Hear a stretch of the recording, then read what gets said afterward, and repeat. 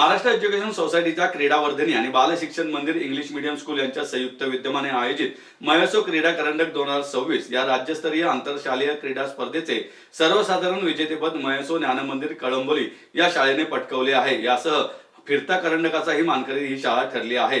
या स्पर्धेचे हे 14वे वर्ष होते। प्राथमिक शाळेतील विद्यार्थ्यांसाठी ही 3 दिवसीय निवासी क्रीडा स्पर्धा बाल शिक्षण मंदिर English medium school Mayur colony Kothrud येथे पार पडली। आंतरराष्ट्रीय महिला क्रिकेटपटू तेजल हसबनीस यांच्या हस्ते स्पर्धेचे बक्षीस वितरण झाले।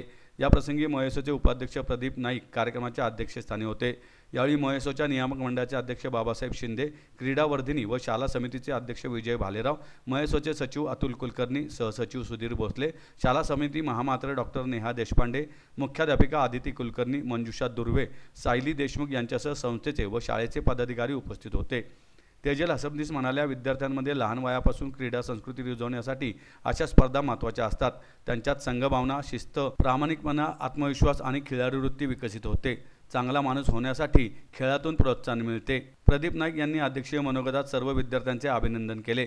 भविष्यात तुमच्यातील काही विद्यार्थी ऑलिम्पिकमध्येही भारताचे प्रतिनिधित्व करतील असा विश्वास त्यांनी व्यक्त केला। खेळाने मला काय दिलं तर त्यापैकी मला ज्या 3 गोष्टी वाटतात खूप महत्त्वाच्या आहेत त्या मी तुम्हा सगळ्यांबरोबर शेअर करते। चालेल?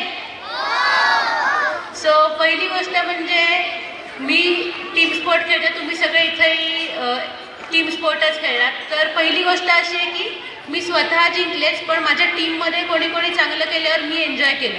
असं केलं का? किती लोकांनी केलं? शाबास। सो पहिली सगळ्यात महत्त्वाची क्वालिटी आहे की आपण जशी स्वतःची सक्सेस किंवा स्वतः चांगलं केल्यावर एन्जॉय करतो, तसं आपल्या टीम, आपल्या मित्रमैत्रिणींनी चांगलं केल्यावर आपल्याला एन्जॉय करता आलं पाहिजे। दुसरी गोष्ट, स्वतःशी प्रामाणिक राहता आलं पाहिजे। सगळ्यांना माहिती आहे की आपण किती एफर्ट्स दिलेत आणि आपण अजून काय चांगलं करू शकतो।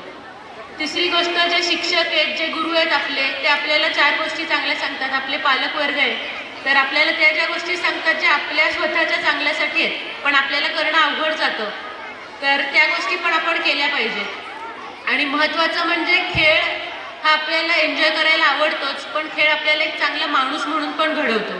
सो जेव्हा कधी तुम्ही कुठेही जाल, आयुष्यात काही पण काम कराल, ग्राउंड असेल, वर्ग असेल, घरी असेल, तर ॲटलिस्ट प्रत्येकाने तो एफर्ट करा की 1% का होईना आपण बेटर माणूस म्हणून आपण जगलो पाहिजे।